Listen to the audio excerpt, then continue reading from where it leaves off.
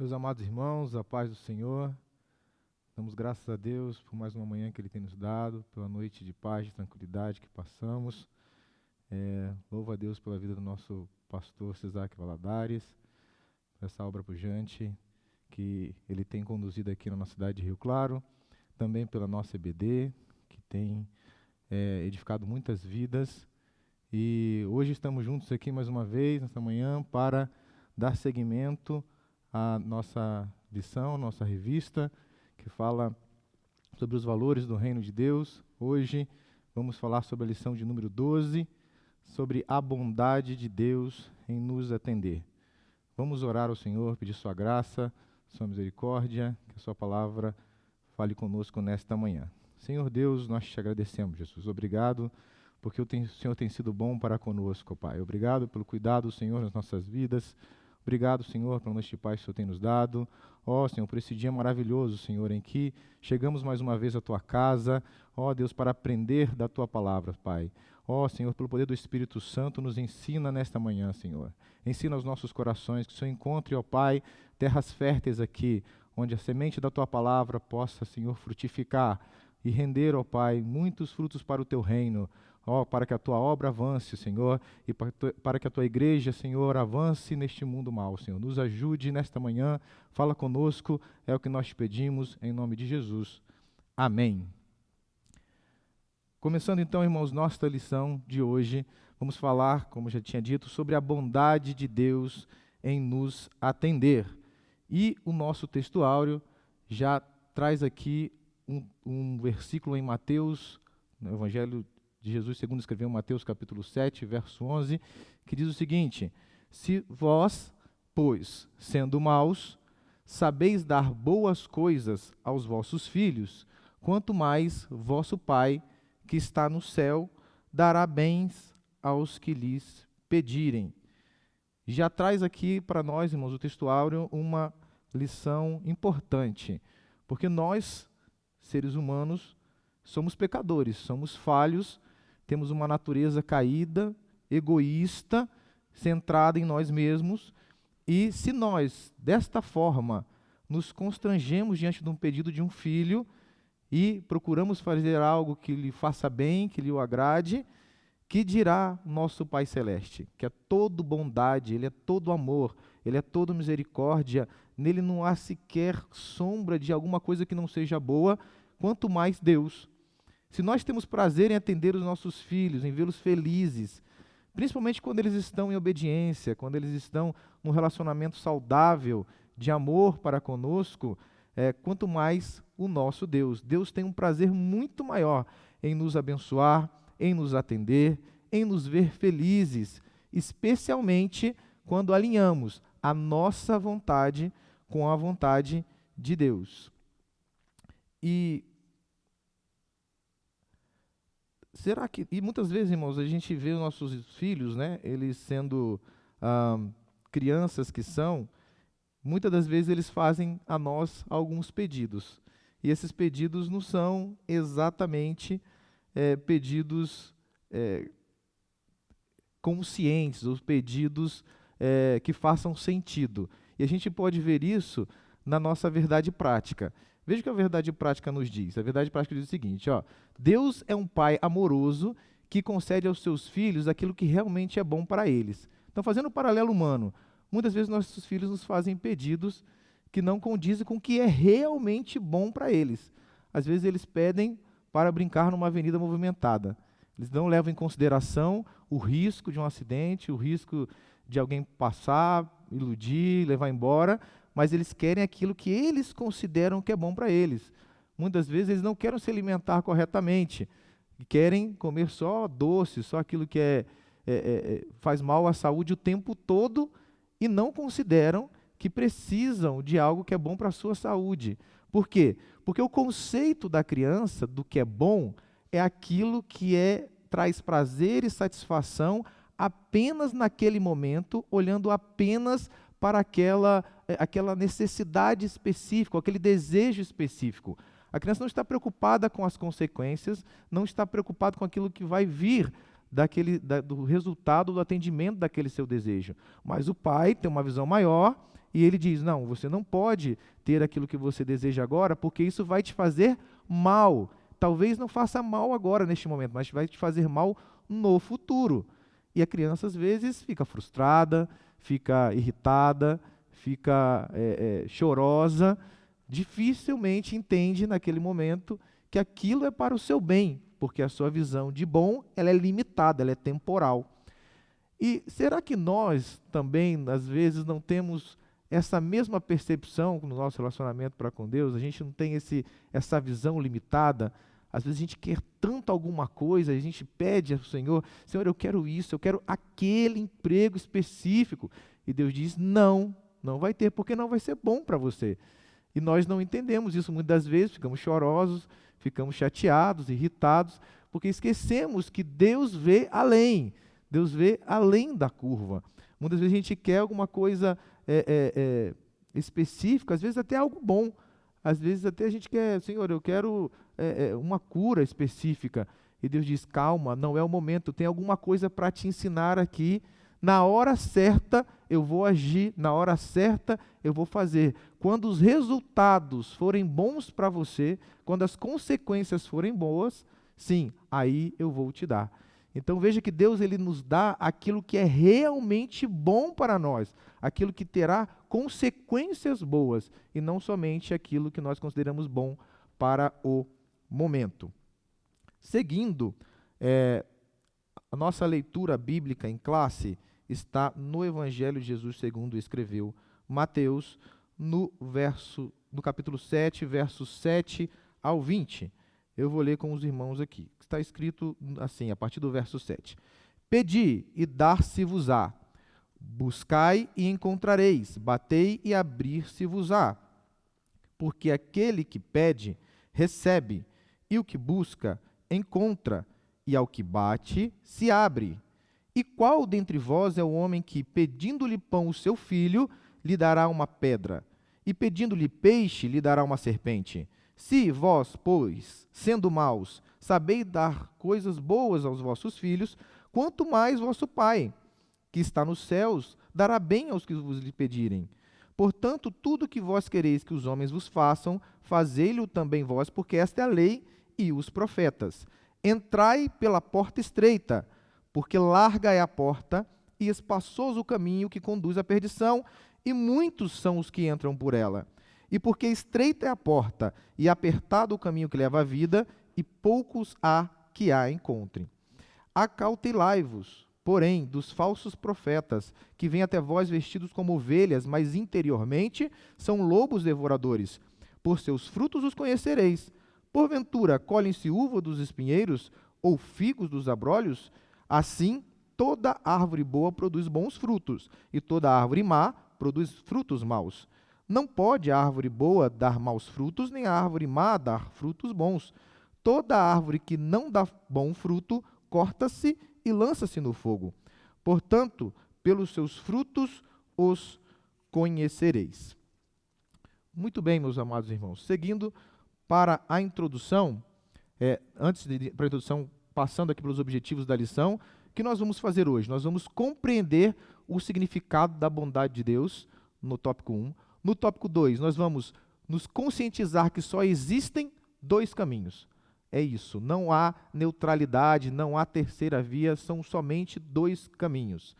E no último tópico, há, então, uma advertência sobre ou contra a mentira dos falsos profetas. Agora sim, prosseguindo para a nossa introdução, eu gostaria de destacar aqui que Deus ouve as nossas necessidades. Ele ouve nossas petições, suprindo todas as nossas necessidades. Foi assim que nós abrimos a nossa leitura bíblica. Pedi e dar-se-vos-á, buscai e encontrareis, batei e abrir-se-vos-á. Ele ouve e supre todas as nossas necessidades. E eu me lembro do Êxodo, quando Deus chama a Moisés, e ele diz o seguinte, veja Moisés, certamente eu vi a aflição do meu povo, e ouvi o seu clamor. Então o povo estava ali no Egito, escravizado, sendo de certa forma, aliás, de uma maneira muito grande, é oprimido por Faraó, pelos seus feitores, e Deus então vê a aflição do seu povo, ouve o seu clamor, conhece o sofrimento deles, e então Deus age. Deus é um Deus que ouve, mas Deus também é um Deus que age. E por isso ele desceu, ele diz: por isso desci, a fim de livrá-lo. Por isso vou fazê-lo sair daquela terra, e por isso eu vou levá-los a uma nova terra, uma terra boa, ampla, que mana leite e mel. Esse é o nosso Deus, ele ouve e age e supre as nossas necessidades. Você pode abrir aí comigo, por gentileza, no Salmo 116, versos 1 e 2. O salmista, ele traz, por diversas vezes, expressa a bondade de Deus, e ele expressa isso no Salmo 116. O verso 1 diz o seguinte, acompanhe comigo: amo ao Senhor, porque ele ouviu a minha voz. Eu amo a Deus porque ele me ouve. Ele ouviu a minha voz e a minha súplica. Ele não é um Deus impassivo, que não se compadece, mas ele inclinou, verso 2, para mim os seus ouvidos, portanto invocá-lo-ei enquanto eu viver. Ele é um Deus que se relaciona com o homem, que ouve e que supre as suas necessidades. Você deve lembrar também do Salmo 3, verso 4, que diz: com a minha voz clamei ao Senhor, e ele me ouviu desde o seu santo monte. Ele está ouvindo o seu povo. Salmo 17, verso 6, diz que Deus, ele quer nos ouvir. O salmista diz: Senhor, eu te invoquei, porque o Senhor me quer ouvir. Deus deseja ouvir a voz do seu povo. E continuando a nossa introdução, nós vemos aqui também que aqueles que entraram pela porta estreita conseguem viver segundo os preceitos de Deus, proposto por Cristo no Sermão do Monte. O Senhor é bom, e aqueles que têm uma vida de comunhão com Ele, note isso, uma vida de comunhão com Ele, procuram viver cheios do Espírito Santo, examinando a palavra, essas pessoas não serão jamais enganados pelos falsos profetas. E eu me lembro aqui, quando Jesus faz referência a si mesmo como a videira verdadeira, ele é a videira, nós somos os ramos. E ele então traz uma condição para sermos atendidos, porque Deus nos ouve, mas para sermos atendidos há um condicional. Ele diz o seguinte: se vocês atenderem essa condição, ou seja, se vocês permanecerem em mim, e as minhas palavras, como uma seiva, entrarem em vocês, no ramo que são vocês, então vocês pedirão o que quiserem e ser-lhes-á concedido. Então, para sermos atendidos por Deus, precisamos alinhar as nossas vontades com a vontade de Deus. Veja o que João traz na sua epístola, a primeira epístola, no capítulo 3, verso 22, e diz o seguinte: qualquer coisa que pedirmos a Deus, dele receberemos. Por quê? Porque guardamos os seus mandamentos, vivemos em comunhão com ele e fazemos o que é agradável à sua vista. Mais à frente, no capítulo 5, na mesma epístola de 1 João, nós lemos lá nos versos 14 e 15, que temos esta confiança nele, que se pedimos alguma coisa segundo a sua vontade, ele nos ouve. E se sabemos que ele nos ouve em tudo o que pedimos, sabemos que alcançamos as petições que lhe fizemos. Então, veja que coisa maravilhosa. Deus nos ouve e supre as nossas necessidades, mas é necessário que andemos em comunhão com ele. Então, veja, o Senhor é bom, e aqueles que têm uma vida de comunhão com ele não serão jamais enganados. E aí eu quero ler com os irmãos o que está escrito lá em Isaías. Eu vou ler aqui na King James atualizada, que está escrito o seguinte, em Isaías, capítulo 28, verso 16. Diz o seguinte: Por isso declara Yahvé o Eterno, eis que coloco em Sião uma pedra, uma rocha já experimentada, uma pedra angular para estabelecer um alicerce verdadeiro e seguro, e nela está escrito: quem crer em mim jamais será abalado. Então, quem tem sua vida alicerçada em Cristo, na comunhão com Cristo, jamais será abalado, jamais será enganado. Prosseguindo, meus irmãos, para o primeiro tópico, nós vamos falar aqui bastante sobre uma palavra-chave, que é bondade. Durante toda a nossa lição, nós estamos falando aqui sobre a bondade de Deus, essa palavra vai permear. E eu vou definir essa palavra aqui, juntamente com os irmãos, no nosso primeiro tópico, que fala exatamente sobre a bondade de Deus. E vamos falar aqui sobre a definição de bondade. A palavra bondade, ela é definida como boa índole, benevolência, brandura, e filosoficamente ela é descrita como o princípio mais elevado da moral. E eu trouxe aqui, adicionalmente, a definição de bondade em alguns dicionários. O dicionário de Oxford diz que bondade é a qualidade de quem tem alma nobre e generosa e é naturalmente inclinado a fazer o bem. Perceba isso, naturalmente inclinado a fazer o bem. É benevolência, é benignidade, é magnanimidade. O dicionário léxico diz que bondade é generosidade ou benevolência, tendência ou inclinação natural para praticar o bem. Perceba que aparece de novo essa definição de inclinação natural para o bem. Honestidade, decência, nobreza, honradez, qualidade de quem possui boa índole ou essência. Então vejam que as definições de bondade nos remetem a um conceito mais amplo, um conceito maior, de bem intrínseco, bem em si mesmo, uma essência pura, uma essência benevolente, cuja natureza é promover o bem, é fazer o bem para outro. É isso que é bondade. Indo para o campo filosófico, vemos que a filosofia faz exatamente isso, relaciona esse conceito de bondade em si mesmo, bem intrínseco, e caracteriza a bondade como algo transcendente, um bem maior, um bem mais supremo, aquilo que é sublime. Então, para Platão, aqui como um exemplo de um dos filósofos, a bondade é a causa de tudo que é justo, tudo que é belo, tudo que existe como ideia perfeita, como coragem, justiça, beleza, vem da bondade. Sem o bem, sem a bondade, não há nenhuma delas. Mesmo a ideia de felicidade nasce no conceito de bondade.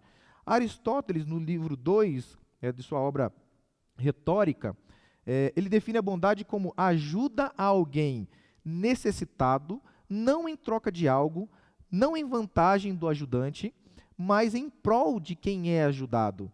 Algo completamente altruísta, em prol da pessoa que está sendo ajudada. E a filosofia, porém, chega à conclusão de que esse conceito de bondade intrínseca, natural, inclinada a fazer o bem em si mesma, não é humana, não é naturalmente humana. O filósofo prussiano Immanuel Kant defendia a ideia de que não existe uma bondade natural nos homens.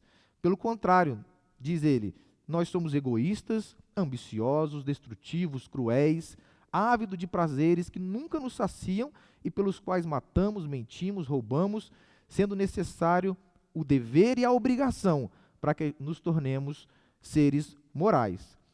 O que Kant defendia, Paulo já tinha anunciado há mais de um milênio antes. E ele adiciona, Paulo, a causa raiz dessa inerente maldade humana, que é o quê? A entrada do pecado no mundo. Acompanhe comigo em Romanos, no capítulo 7. Veja o que Paulo fala sobre essa maldade inerente no homem.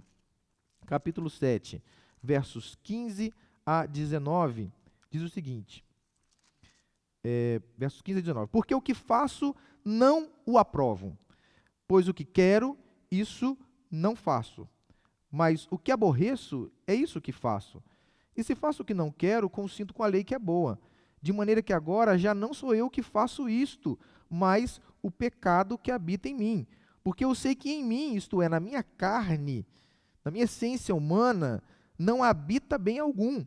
E com efeito, o querer fazer o bem está em mim, mas eu não consigo realizar o bem, porque não faço o bem que quero, mas o mal que não quero, é este o mal que faço. Então veja, é, esta dualidade, esta batalha interior que Paulo traz aqui. Ele deseja fazer o bem, mas a sua natureza humana é contrária a isso. Ela deseja fazer o mal, deseja fazer aquilo que o pecado quer. Então, a única forma do homem praticar o que é bom, o que é realmente bom, lembra do conceito que nós falamos, né? Não apenas aquilo que é satisfatório no momento, aquilo que é temporalmente prazeroso, mas aquilo que tem boas consequências.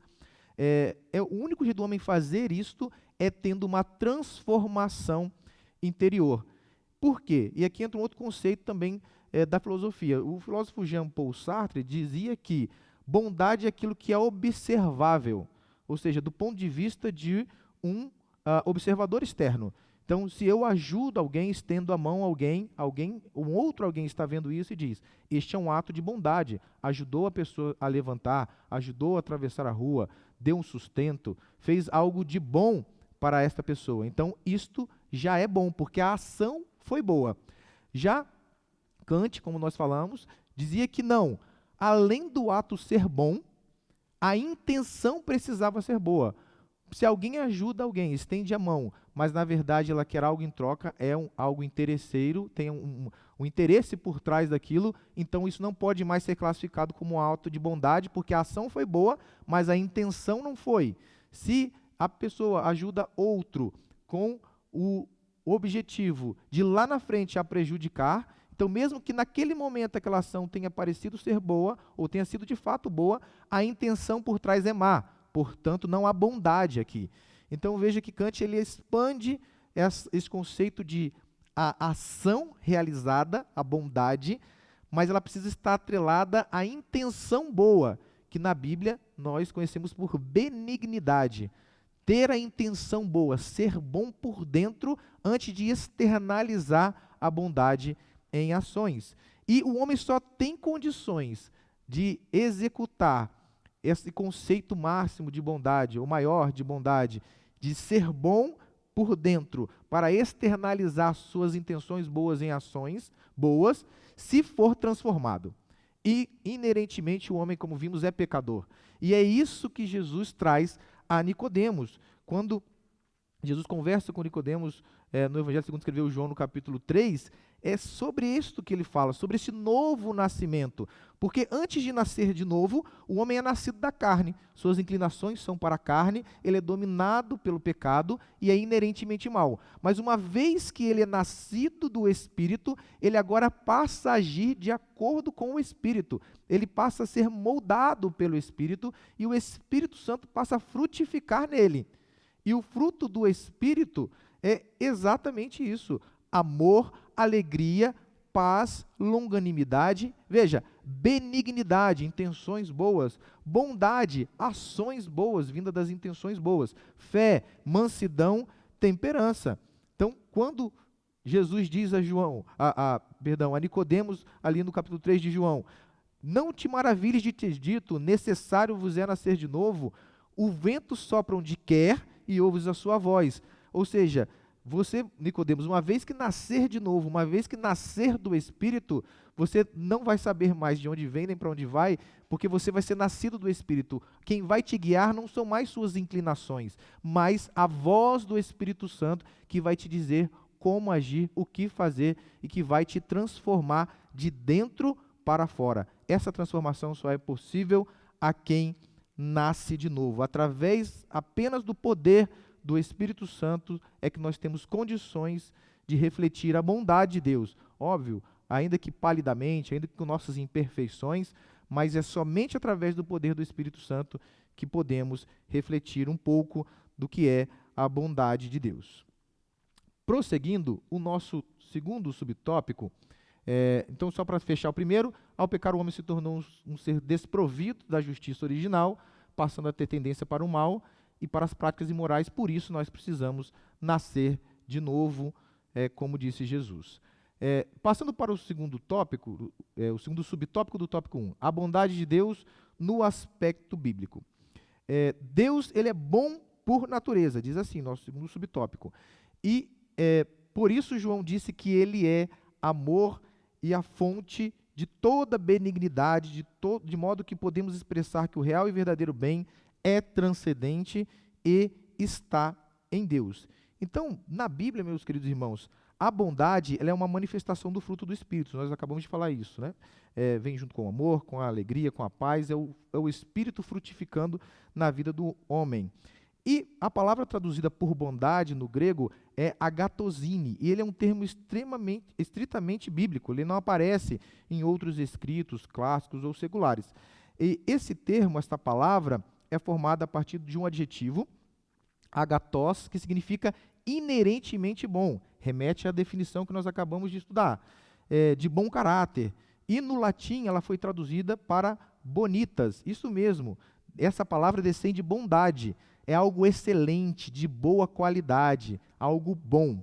Então, quando dizemos que alguém é bom, nós não podemos separar, como já dissemos, das suas verdadeiras intenções, da sua benignidade. Quem é bom possui intenções boas.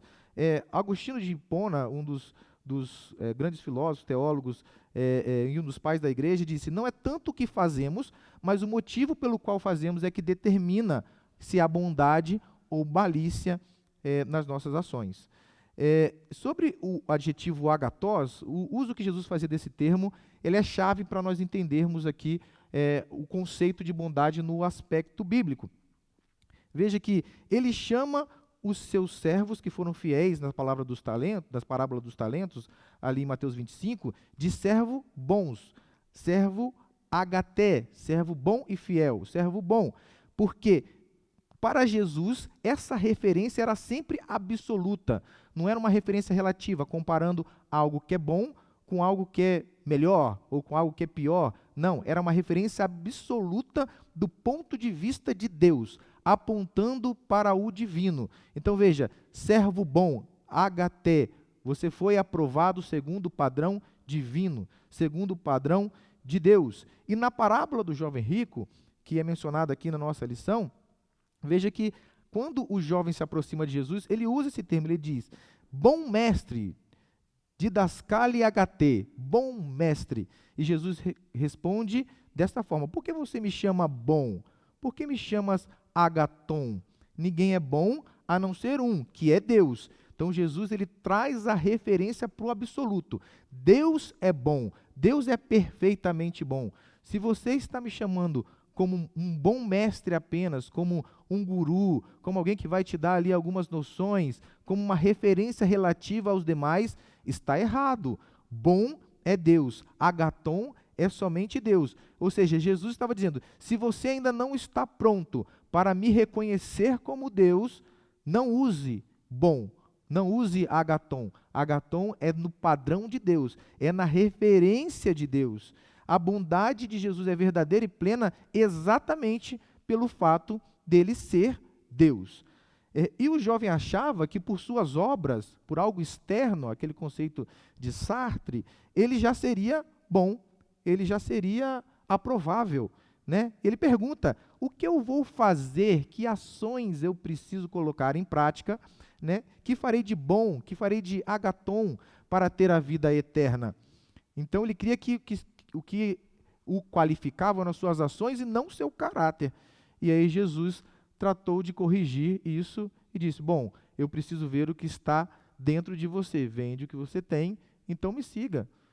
Vamos ver como está o seu interior, além das suas ações. E a gente conhece o final da história: o jovem então se apega às suas riquezas, era o seu ídolo, e não segue a Jesus. E, irmãos, a gente pode expandir esse conceito para dizer que aquilo que é bom é aquilo que cumpre um propósito. E que o propósito é esse? Ser o que Deus quer que sejamos. Toda vez que nós cumprimos esse propósito, isso é bom. A gente pode olhar na criação. Quando Deus cria, né, a terra, cria o universo, ele então diz: criou a luz e viu que a luz era boa. E criou os luzeiros e viu que era muito bom.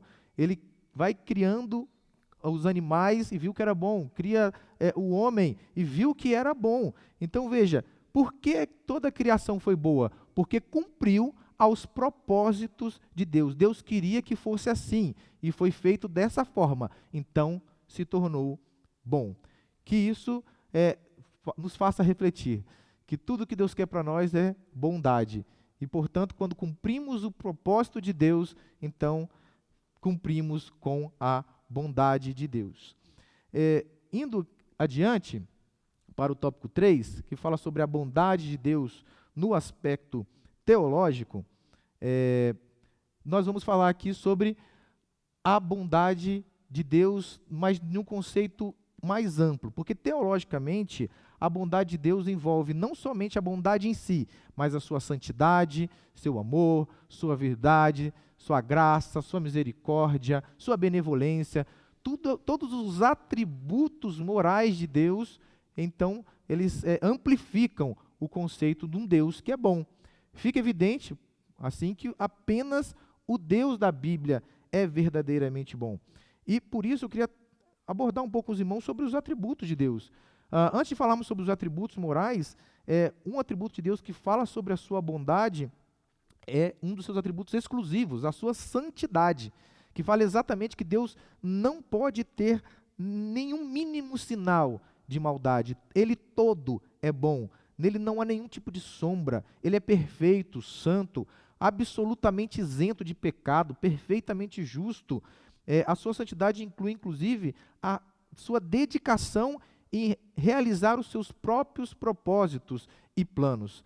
Então veja que esse Deus, ele é todo santidade, todo bondade.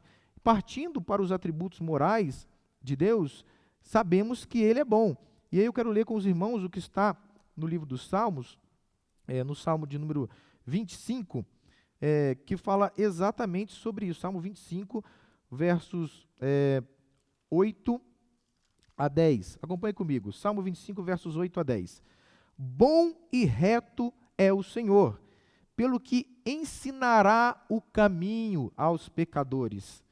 Guia os mansos retamente, e aos mansos ensinará o seu caminho.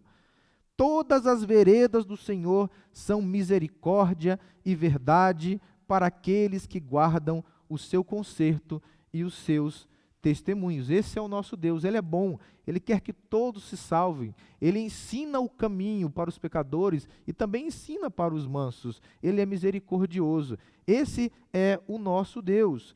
Você deve lembrar do Salmo 106, aleluia, louvai ao Senhor, porque ele é bom e porque a sua benignidade dura para sempre.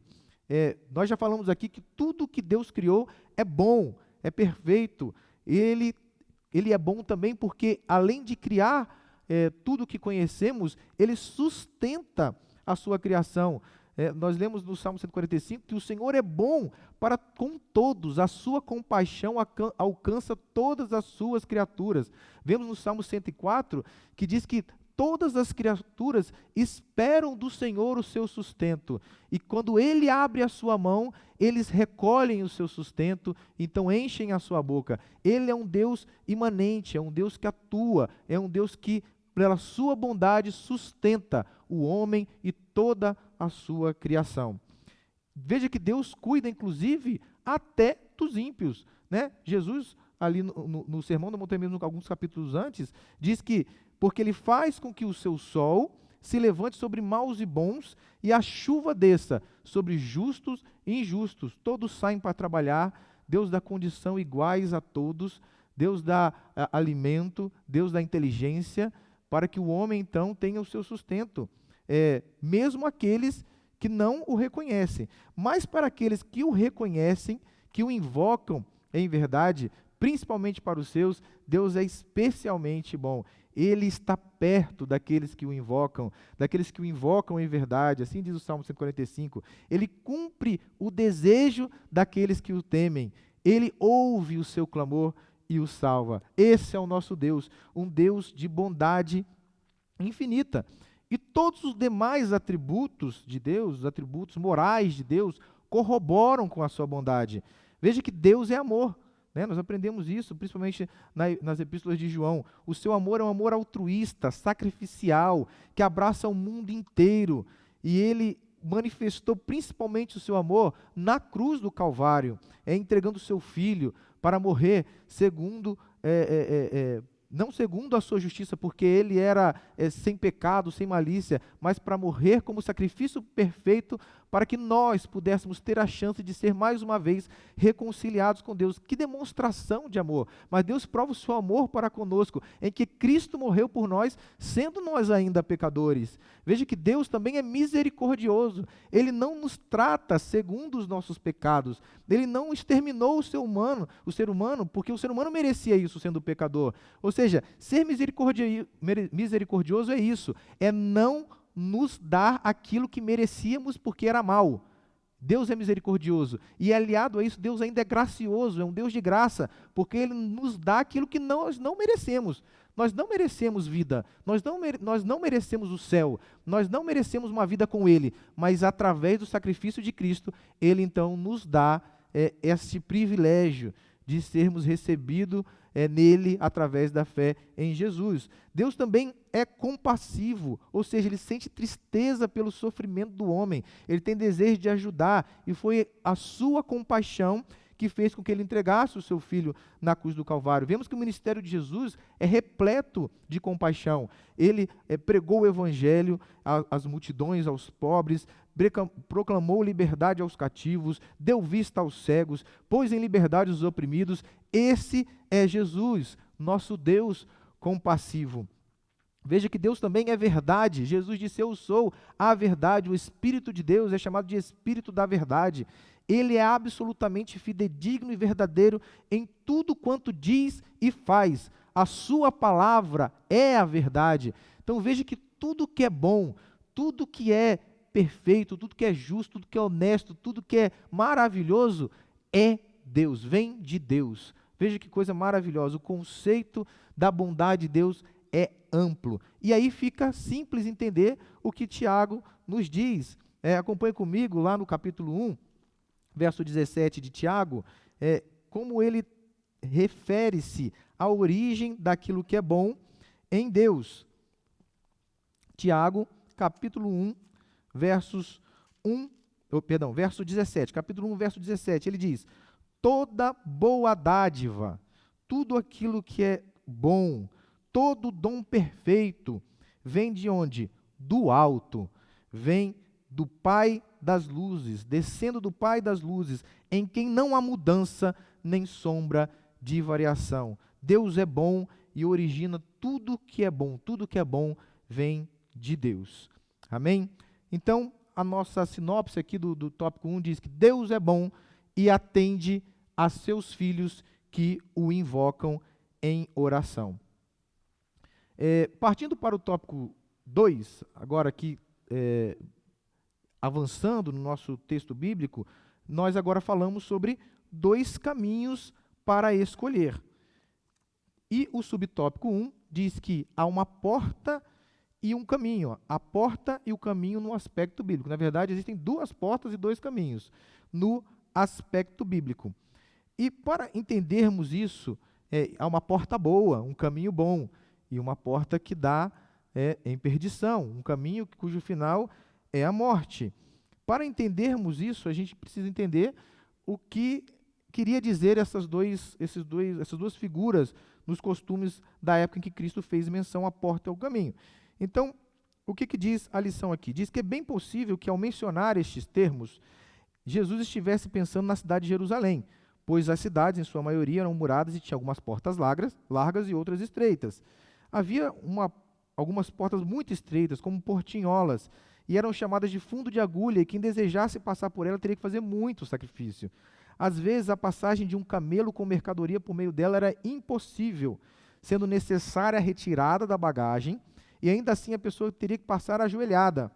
Foi nessa condição que Jesus afirmou que estreita é a porta e apertado o caminho que leva à vida, e poucos há quem a encontrem.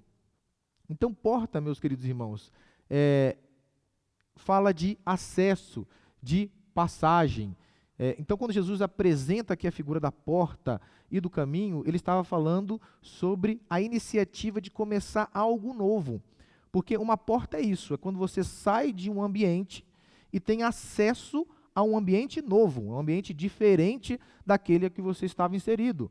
O caminho também, quando você sai de um lugar A para o lugar B, você se desloca e vai para um lugar novo. Então, Jesus está se referindo a isto, a esta iniciativa de algo novo. A porta fala de acesso, enquanto o caminho fala de conduta. E é bem isso, quando nós olhamos o que significam esses objetos. A porta, como eu disse, é o que separa dois ambientes, é um acesso controlado que permite sair de um ambiente para o outro. E o caminho nos fala de como sair de um lugar para ir a outro. Então veja, quando a porta ou um portão é muito largo, não importa o que vai passar por ali, tudo cabe. Pode passar um carro pequeno, pode passar uma pessoa a pé, pode passar um trator, eu posso carregar um tronco de madeira, eu posso carregar o que eu quiser, que não há restrição. A gente já começa, às vezes o portão é tão largo que a gente perde até a dimensão de que há um portão ali, há algum tipo de restrição. Por quê? Porque o acesso está todo livre, não há nenhum tipo de restrição. E, portanto, controlar esse acesso ou definir o que pode entrar e o que não pode, não existe. E portas largas dão acesso a caminhos largos. E aí, nesses caminhos largos, geralmente não tem regra pré-estabelecida. Pode andar em zigue-zague, pode andar para frente, para trás. Tem espaço suficiente. Então, você pode andar a seu bel prazer, a sua maneira. É você quem decide. Faça o que o seu coração mandar. Agora, veja, quando a porta é estreita, a gente já não pode mais entrar com tudo que deseja, né? Quem já fez mudança sabe disso. Às vezes a porta é estreita, não passa aquele móvel. Ou você deixa para fora, ou tem que desmontar para colocar na sala, no lugar onde você quer. Por quê? Porque portas estreitas, elas limitam. E elas propositadamente limitam aquilo que pode ou não pode entrar. Afinal, está entrando na sua casa. Não pode ter um acesso fácil. Você quem tem que permitir quem vai entrar e quem não vai entrar. Você deve lembrar, por exemplo, da segurança de um aeroporto. Tudo ali é estreitinho. Não tem muito, eu não consigo muito fazer o que eu quiser. Na verdade, eu não consigo fazer nada, né? É tudo ali que o policial mandar. Por quê? Porque há um controle de acesso, existem regras claras, está aqui o lugar onde você vai entrar, onde você vai sair, e ali na frente tem aquela porta, aquele portal de detecção de metais, e é por ali que você vai passar, não é por outro lugar. É um controle de acesso, você se identifica, mostra a sua passagem. Então, a porta estreita, ela tem essa característica, e ela geralmente dá em caminhos estreitos. Se você lembrar de caminhos em costas de montanha, eles são estreitos, não há muito espaço para fazer muitas manobras. Ali é uma sinalização clara, indicando as consequências de sair dos limites, né? Você vai cair ribanceira abaixo, pode perder a vida. Se você pensar numa trilha, né, numa mata, às vezes um caminho em declive, pedregoso, alguém passou por ali e já determinou onde o seu pé vai ser colocado. Porque se você tentar algo diferente, você vai escorregar, vai se machucar. Então, quando o caminho é estreito, a clareza do que deve ser feito e as consequências para não se fazer assim estão muito claras. Então, veja, meus amados irmãos, aquilo que é largo é desregrado, é carnal, é do meu jeito, é do jeito que eu quiser. Aquilo que é estreito exige renúncia, não dá para levar tudo que eu quiser. E exige esforço, exige empenho, mas é do jeito que Deus quer. Ele estabeleceu ali os limites, Ele estabeleceu a conduta que eu devo seguir. Então, veja, hoje o que acontece é exatamente uma inversão. Existe aí um pseudo-evangelho extremamente largo, muito propagado, em que a porta da salvação ela foi alienada, ela foi alargada à força, adaptada à forma do homem, cheio de concupiscência, cheio de mau desejo, cheio de soberba, tudo aquilo que ele vem lá do mundo carregando. Esse evangelho, ele se adapta, ele se conforma e diz, não, a porta aqui vai tomar a sua forma, pode entrar do jeito que você tiver mesmo, não precisa mudança de vida, não precisa nada. Se a Bíblia não te agrada, a gente traduz ela de novo para você, a gente vai do jeito que você achar que deve. Se a palavra te confronta, é muito pesado, tem problema, aqui a gente ignora esse texto que você não gosta, a gente interpreta tudo errado, aqui incorretamente os textos que você não gosta de ler na Bíblia, que os pregadores referenciam. Fazemos o produto do jeito que você quiser, customizável. Isso não é evangelho, meus amados irmãos, isso é falácia, isso é engano.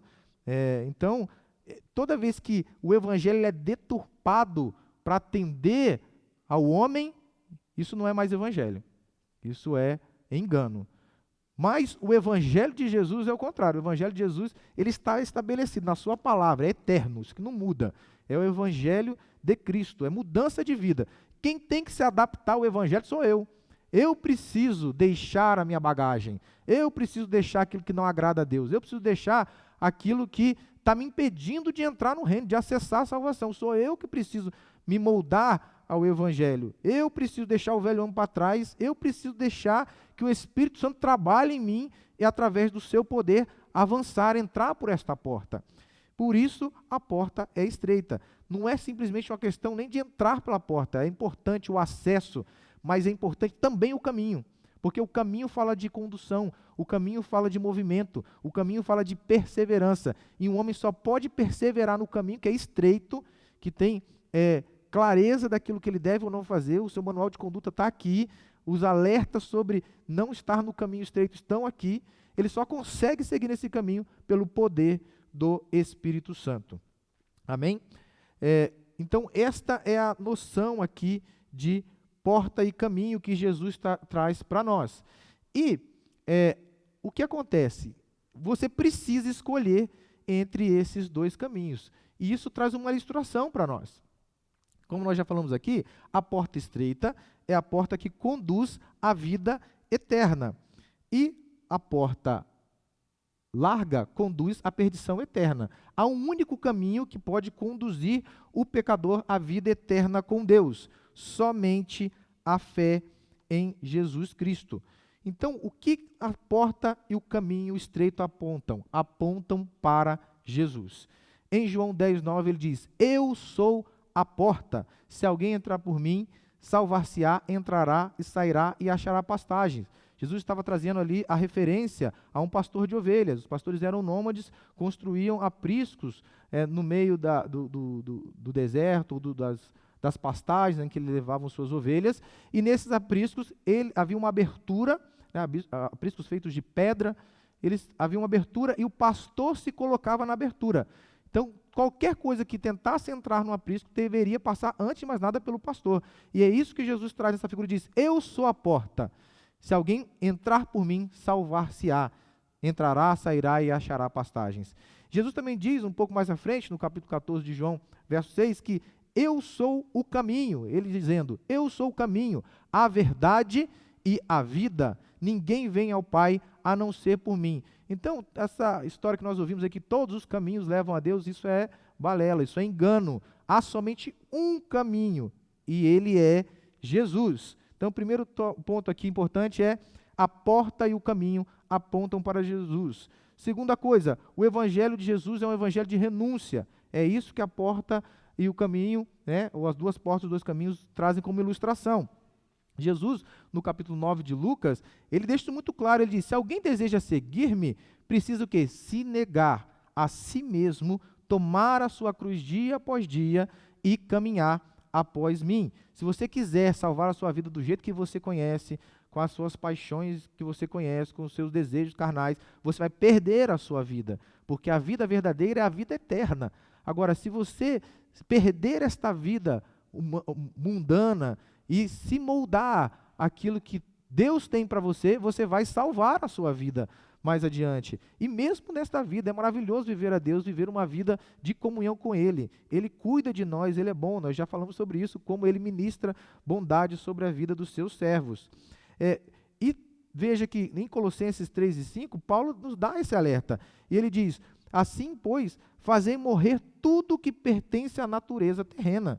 Imoralidade sexual, impureza, paixão, vontades más, ganância, tudo que é idolatria, isso precisa morrer. Isso não pode entrar pela porta.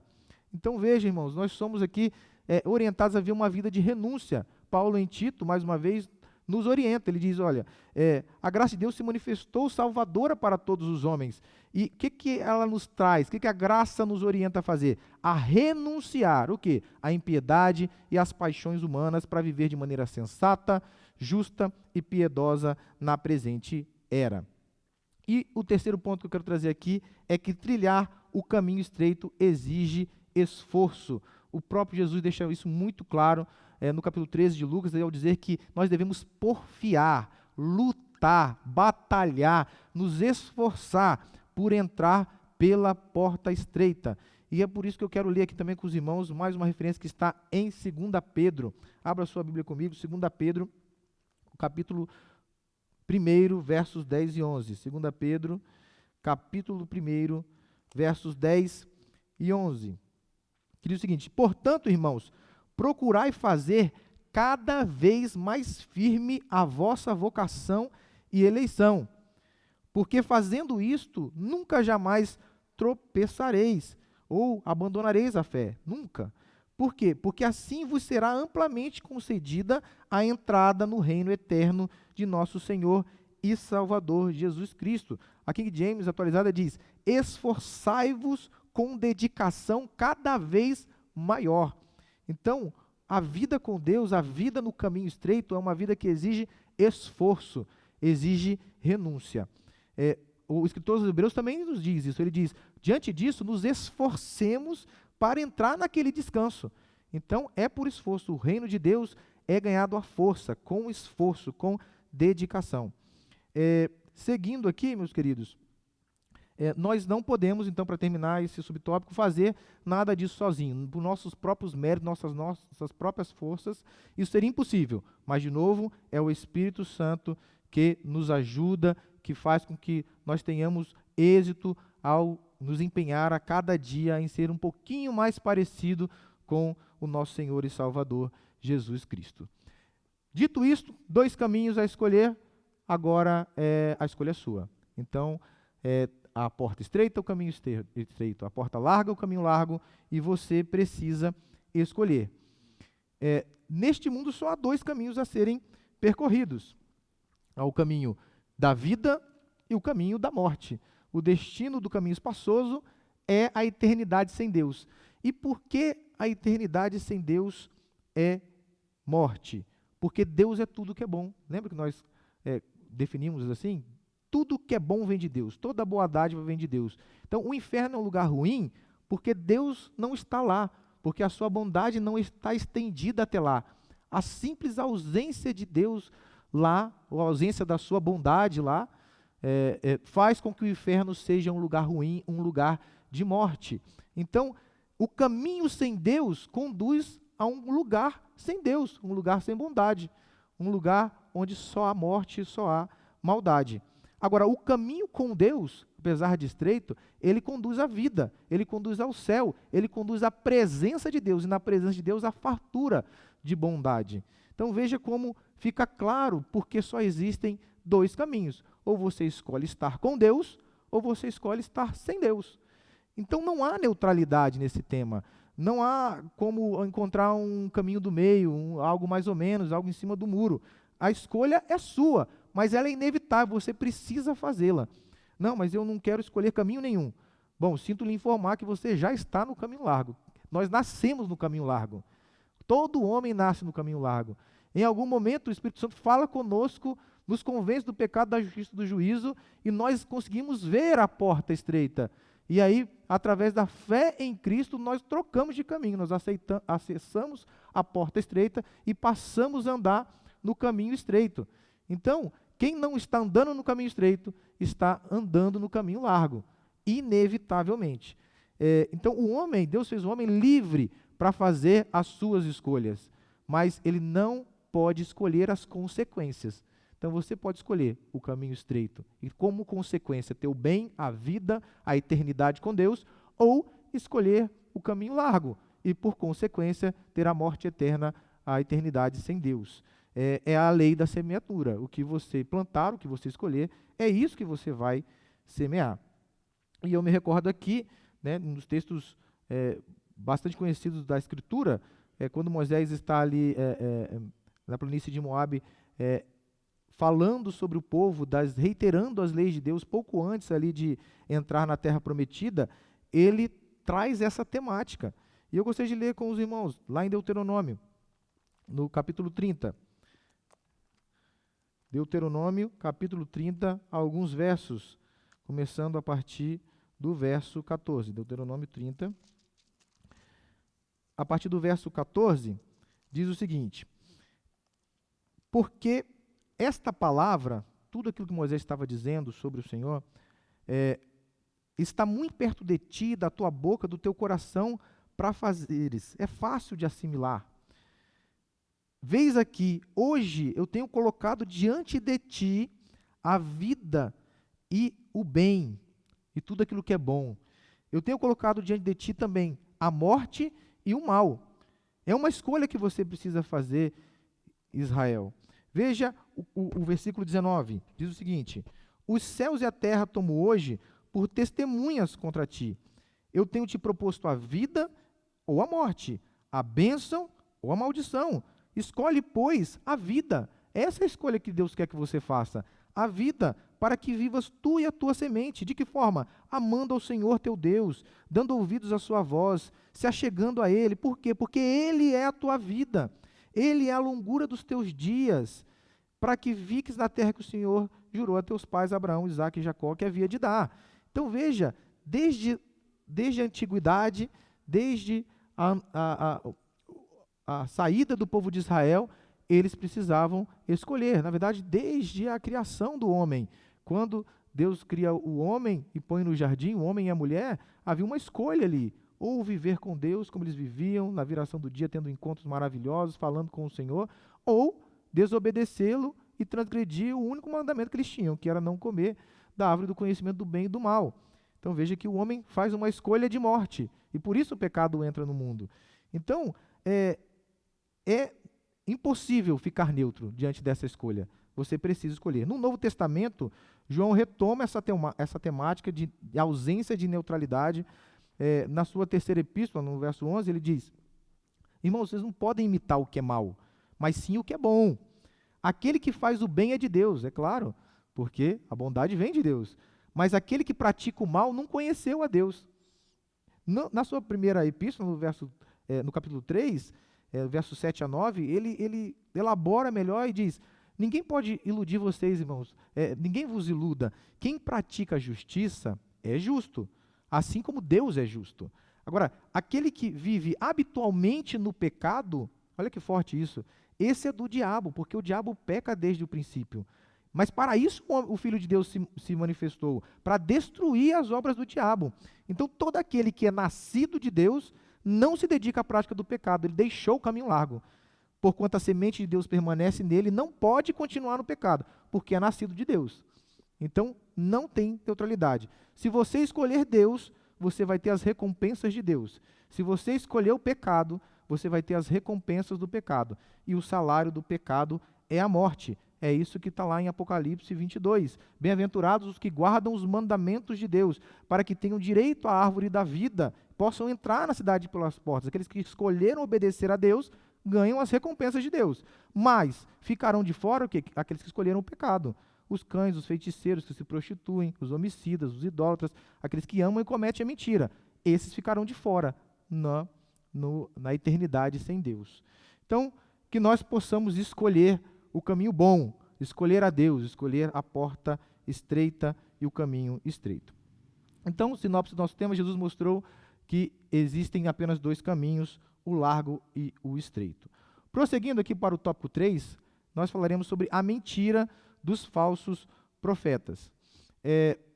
E o primeiro subtópico fala sobre o cuidado com as falsas aparências.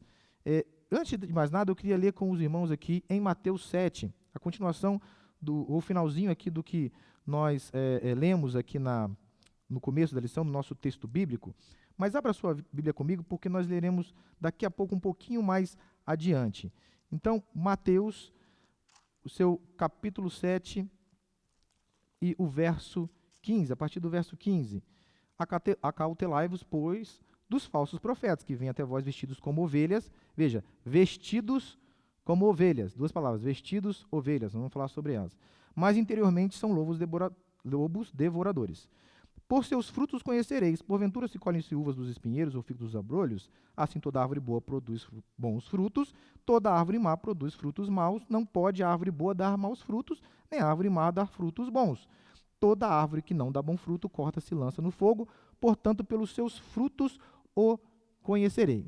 Então, veja, irmãos, o crente precisa ter todo o cuidado e estar constantemente em oração, buscando discernimento espiritual. Por quê? Porque existem os falsos profetas que estão vestidos como ovelha. Eles têm aparência de ovelha, mas não são ovelhas, são lobos. Para quê? Para que nós não sejamos iludidos por essa oratória bonita que eles apresentam, pelas suas ações, que muitas vezes são também cheias de beleza, a forma como até se comportam. Tudo isso é vestimenta, tudo isso é exterior, mas por dentro a intenção é maléfica. Então, veja bem, quando Jesus fala sobre vestir-se como ovelha, existem duas palavras aqui que eu quero ressaltar.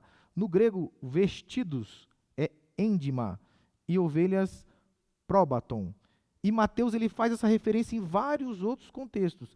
Veja quando ele fala que a roupa é uma necessidade básica, a vestimenta é endima de novo. Quando ele identifica as pessoas com um vestuário exclusivo do ministério do reino, endima novamente. Quando ele fala das roupas de João Batista, se vestia de pele, endima. Quando ele fala da parábola do grande banquete, das vestes cerimoniais, endima. Então, esta palavra, ela é a aparência, aquilo que é notável e é a aparência de algo bom, de algo necessário para viver no reino.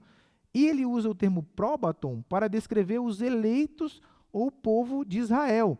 Então, veja, é isso que Jesus está alertando. Eles virão com a vestimenta, a aparência, tudo aquilo que você acha que alguém deve se comportar como eleito, eles vão se comportar daquela forma. Sinais até, alguns prodígios, palavras bonitas, mas, na verdade, o seu interior não tem nada de ovelha. São lobos, porque o objetivo do falso profeta, irmãos, ele é parecer que anda no caminho, é enganar você que anda. Ele diz assim, olha, ele anda no caminho como eu, ele até anda melhor do que eu em algumas coisas, nossa, eu vou segui-lo, vou imitá-lo, vou ouvir o que ele tem para dizer. E quando o crente que está no caminho dá ouvidos ao falso profeta que parece estar no caminho, o que ele vai fazendo? Sutilmente envenenando, tirando do caminho, tirando do aprisco, fazendo ele sair da porta estreita, fazendo ele sair do caminho estreito para o largo, porque no largo ele tem ampla atuação. No largo a ovelha está desprotegida. E por que o falso profeta faz isso? Porque ele tem motivações carnais. O que o falso profeta quer? Ele quer riqueza. Ele quer enriquecer com as ovelhas. Ele quer fama, ele quer ser reconhecido, ele quer se achar o tal. Ele é soberbo, ele quer ter poder, influência. Veja, minha igreja tem milhares de fiéis, então agora eu tenho influência, trânsito na política, trânsito nos governos, nas grandes empresas, se sentir poderoso, se sentir enriquecido, reconhecido, tudo desejo carnal. Falso profeta não vive para Jesus, ele vive para o seu ventre, vive para si mesmo. Então as suas motivações é essa e ele não tem pena das ovelhas. Ele vai destroçá-la, ele vai acabar com a vida das ovelhas para atender às suas paixões carnais. Então, cuidado, meus amados irmãos, com as falsas aparências.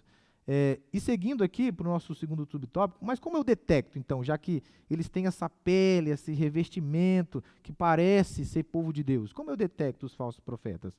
Bom, temos algumas dicas importantes aqui. O que a nossa lição diz? Podemos facilmente identificá-los, porque em seus ensinamentos minimizam a Cristo e glorificam a si mesmo. Então veja, primeira característica, eles buscam glória para si, não dão glória a Cristo. Eles querem crescer, eles não ouviram o que João disse, importa que ele cresça e eu diminua. Esse versículo foi riscado na Bíblia do falso profeta. Eles querem eles mesmos crescerem, glória para si. Segunda característica, é o fruto. Também podemos identificá-lo por seus frutos. A árvore pode estar frondosa, muitas folhas, né? Mas se não der bom fruto, será cortado. E o que é o fruto? O fruto é o caráter, que no caso dos falsos profetas, não revela as virtudes do fruto do Espírito Santo. O falso profeta, ele não se conduz, ele não tem um caráter parecido com o de Cristo. Ele não se esforça para isso. Ele pode até ter obras, algumas ações para enganar, mas por dentro o seu caráter, que conforme você vai observando, vai se revelando em uma outra interação, ele não é o caráter de Cristo, ele não foi amoldado à palavra. É a sua intenção, a sua índole, são más, cheios de malignidade. E nós estamos com a Bíblia aberta aqui, no capítulo 7, Jesus fala sobre isso. Quando ele chega no versículo 21, olha o que Jesus nos diz. Nem todo que me diz Senhor, Senhor, entrará no reino de Deus, no reino dos céus, mas aqueles que fazem a vontade de meu Pai que está nos céus. Muitos me dirão, Senhor, profetizamos no teu nome, expulsamos demônios, fizemos muita maravilha no seu nome, Senhor. E ele vai dizer, não vos conheci, nunca vos conheci. Apartai-vos de mim, vós que praticais a iniquidade. Oh, mas espera lá, eles estavam dizendo que expulsaram demônios, que fizeram boas obras, mas a iniquidade estava dentro. Então, essa transformação interior nunca aconteceu. Por isso que o seu caráter é tão importante. Esse é o fruto que nós precisamos prestar atenção. Muitas vezes a gente não pode ser difícil discernir o falso profeta só pelas suas palavras ou ações, mas o caráter ele é essencial para fazer essa distinção. O terceiro ponto é o ensino. Então, o ensino do falso profeta, ele vai desvirtuar do caminho. Ele vai ensinar suas próprias ideias, cheias de falsa religiosidade, de falsa sabedoria, e nós temos vários alertas sobre isso na Escritura. Paulo ele faz vários alertas em Colossenses, em Efésios, para Timóteo. Só para citar aqui, aos Colossenses, no capítulo 2, versos 8 e 9, ele diz, tende muito cuidado, irmãos, para que ninguém vos escravize. Avance em enganosas filosofias que se baseiam em tradições humanas, em falsa religiosidade deste mundo, e não em Cristo. Por quê? Porque somente em Cristo habita corporalmente toda a plenitude de Deus. Então, tende muito cuidado para que ninguém vos escravize. Esse é o alerta que fica para nós, né? Permanecermos detectando os falsos profetas, atentos para não cair nos seus falsos ensinos. Não há, irmãos, nenhuma profecia maior do que a profecia bíblica. Nenhum homem tem autoridade para flexibilizar nada do que está aqui. Flexibilizar a Bíblia é distorcer a Bíblia, distorcer o Evangelho. Eu preciso atualizar a Bíblia, então esse mandamento aqui ficou obsoleto. Isso não existe. A Bíblia é um preceito eterno. As palavras do nosso Senhor, do nosso Deus, nunca hão de passar, porque são eternas, como Ele mesmo é eterno. Nenhum homem tem autoridade para mudar nada do que se encontra na Escritura Sagrada. Seguindo para o nosso último tópico, já finalizando, nós precisamos então, irmãos, fazer uma análise criteriosa sobre os profetas. E no Antigo e no Novo Testamento, por diversas vezes, como diz nossa lição, encontramos muitos falsos profetas se enganando para tentar, se levantando para tentar enganar o povo de Deus. Eu me lembro aqui de Acabe, né, que quando vai à guerra junto com Josafá, tinha 400 profetas, e todos eles diziam, vai Acabe, que vai dar tudo certo, você vai ser vitorioso, o Senhor entregou essa batalha nas suas mãos. E aí Josafá diz, poxa, mas não tem aqui um profeta para a gente consultar, um de verdade? E olha que Acabe diz a resposta, não, tem um mesmo, mas ele nunca fala o que eu quero ouvir, ele é Micaías, está aí na masmorra, não traz ele aqui. E aí quando chega Micaías, ele num primeiro momento até, entendo eu que, com uma cara bastante explícita de que não estava falando aquilo que realmente o Senhor tinha mandado, diz, não, Acabe, vai lá, os seus profetas estão dizendo aí que o Senhor vai te dar, pode ir. E ele fala, não, eu quero que você fale o que o Senhor está dizendo. E ele fala, o Senhor está dizendo que Israel vai ficar como ovelha sem pastor, porque ele foi morto. E ele fala, tá vendo, não fala nada do que eu quero ouvir. Mas é por quê? Porque se Deus estava falando na boca do profeta o que eu não quero ouvir, eu preciso mudar. Não é a profecia do verdadeiro profeta que precisa mudar. Deus está me alertando. Mas não, é mais fácil, é mais cômodo ter 400 profetas para falar o que eu quero ouvir. E ele escuta a voz dos falsos profetas, vai e morre. Veja que em Neemias acontece algo parecido. Neemias está lá imbuído na obra do Senhor, reconstruindo os muros, reconstruindo a cidade, e Sanbalate e Tobia subornaram vários profetas para tentar enganá-lo, ludibriar, fazê-lo parar. E Neemias fala, lembra-te, Senhor, de Tobias, de Sanbalate, quanto eles, da profetisa Noádia, dos demais profetas que procuraram atemorizar, falso profeta, falsos profetas. Jeremias fala sobre isso, ele diz, olha, os profetas de Jerusalém me deram uma visão horrível. Por quê? Porque eles cometem adultério, vivem na mentira, em falsidade, praticam o mal, para que nenhum dos filhos de Jerusalém reflita e se converta da impiedade. Que coisa terrível. Quando um profeta é falso, é isso que ele deseja, fazer o povo pecar. Lembre também de Atos, no capítulo 13, quando Barnabé e Saulo falavam com o procônsul Sérgio Paulo, que havia um falso profeta chamado Bar Jesus, ou Elimas, que resistia, ele procurava apartar da fé o procônsul, até que Barnabé e Saulo tomam uma posição. Então veja que como os falsos profetas querem te afastar do caminho estreito e iludir você com aquilo que você quer ouvir, não com o que você precisa ouvir. E há um alerta para nós, né? 2 Timóteo, vamos ler aí, irmãos, para nós concluirmos a nossa lição, nossa última referência. 2 Timóteo é um alerta que Paulo nos deixa com relação a isso, que é muito retrato do que nós vivemos nos dias de hoje. 2 Timóteo, no seu capítulo 3, verso 4. Só confirmar aqui. 2 Timóteo.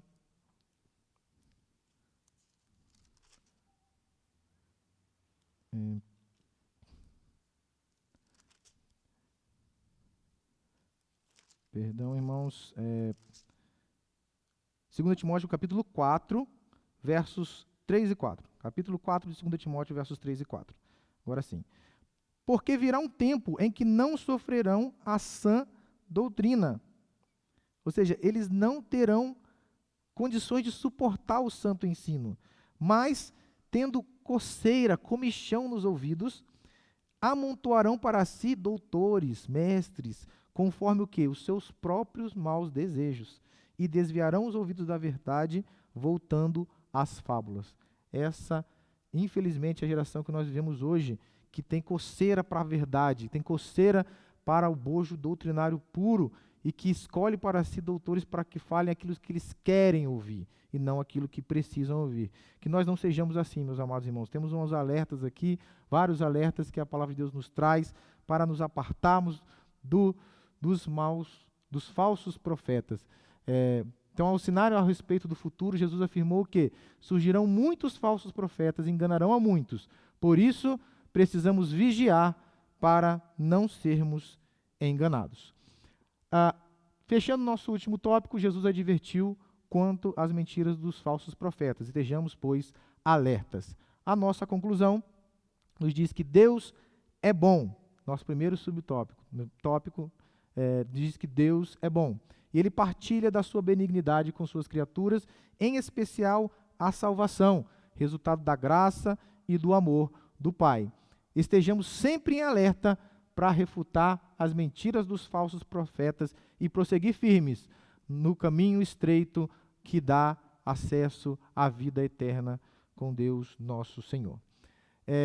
Eu quero aqui, irmãos, convidar os irmãos para a nossa próxima aula, uma aula de encerramento do nosso trimestre, que fala sobre a verdadeira identidade do cristão. Uma bênção para encerrar esse trimestre, que fala sobre o Sermão do Monte. Não perca nosso próximo domingo, um pouquinho mais cedo, às 8 da manhã. Esperamos vocês aqui. E também quero deixar aqui um convite para logo mais estarmos todos juntos aqui no culto da família, às 6h30 da tarde, às 18h30, reunidos aqui numa bonita festa de celebração ao nosso Deus. Traga a sua família para adorar ao nome do Senhor. Convide alguém, um vizinho, um parente, para estar aqui conosco, louvando e bendizendo o nome daquele que vive e reina para todos sempre. Vamos orar para encerrar esta lição do dia de hoje. Senhor, nosso Deus, nosso Pai, nós te agradecemos, ó Pai, por esta aula, Senhor, por esta lição maravilhosa que o Teu Espírito Santo trouxe aos nossos corações, ó Pai. Te agradecemos porque o Senhor é um Deus de bondade, porque o Senhor é um Deus todo amoroso, todo misericordioso, gracioso para conosco, que cuida de nós, que atende os nossos pedidos e que nos ensina qual é a Tua vontade. Nos ensina, ó Pai, a andarmos em retidão, em justiça, segundo os preceitos eternos da Tua palavra, através do poder do Espírito Santo. Que maravilha, ó Deus, é andar contigo, é andar em novidade de vida, ó Pai, neste caminho estreito, onde aprendemos, Senhor, a fazer aquilo que o Senhor quer, ó Senhor, e deixar de lado as velhas concupiscências do velho homem, ó Pai. Ó Jesus, nos livra, Pai, dos falsos profetas, nos livra, Pai, dos falsos ensinos, ó Senhor, e que possamos, Senhor, manejar bem a palavra da verdade, ó Pai, para estarmos dia a dia mais arraigados em Ti, aguardando o dia que o Senhor nos chamará nas nuvens para encontrar contigo. Ó Senhor, nós te pedimos, nos dá um bom domingo, Senhor, abençoado na Tua presença, passamos em família e que logo mais à noite possamos estar aqui de volta, que o Senhor nos traga de volta a este templo para louvar, a bendizer, ó Senhor, e adorar o Teu nome, Senhor. Sê conosco, nós te pedimos em nome de Jesus. Amém. Deus abençoe você, um bom domingo em nome de Jesus. Amém.